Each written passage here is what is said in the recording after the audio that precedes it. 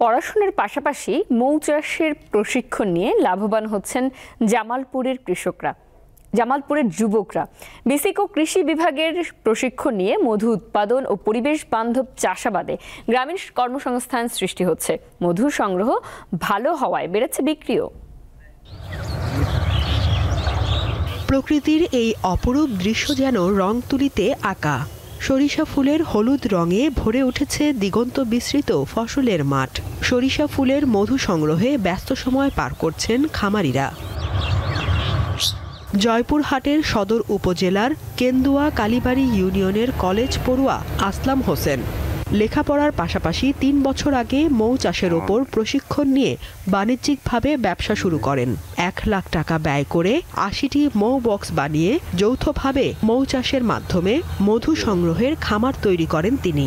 চলতি মৌসুমে মধু সংগ্রহ ভালো হওয়ায় বিক্রি বেড়েছে। এবার ৭ থেকে ৮ লাখ টাকা লাভের প্রত্যাশা তার। এখানে আমরা খামার বসাইছি, এখানে ডিসেম্বর শুরুতেই বসাইছি।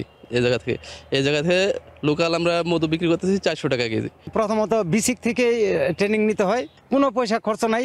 আপনারা আসেন, যদি এটি ব্যবসা করতে চান এই লাখ টাকার মধ্যেই এটি ব্যবসা শুরু করতে পারবেন। সরিষা ক্ষেতের পাশে মৌ বক্স স্থাপন করে বিশেষ পদ্ধতিতে মৌ সংগ্রহ করছেন মৌচাষীরা। একটি বক্সে ৩০ থেকে ৪০ হাজার মৌমাছি থাকে। প্রতি সপ্তাহে ৭ থেকে ৯ মণ মধু সংগ্রহ করা হয়। প্রতি কেজি মধুর দাম ৩০০ থেকে ৪০০ টাকা। মৃত্যু ব্যতীত অন্য সকল রোগের জন্য মধু এবং কালিজিরা অনেক ভালো।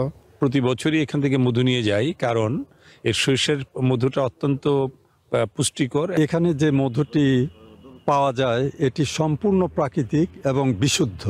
আর আমার দোকানে খাঁটি মধু ছাড়া আমি আসলে বিক্রি করি না। এখানে মধুটা অনেক ভালো, তাই নিজের চোখে দেখে নিয়ে যাবো, এই জন্যই এখানে আসা। চলতি বছরে ৪১,৫৫০ হেক্টর জমিতে সরিষা আবাদ হয়েছে। দীপ্ত বার্তা কক্ষ।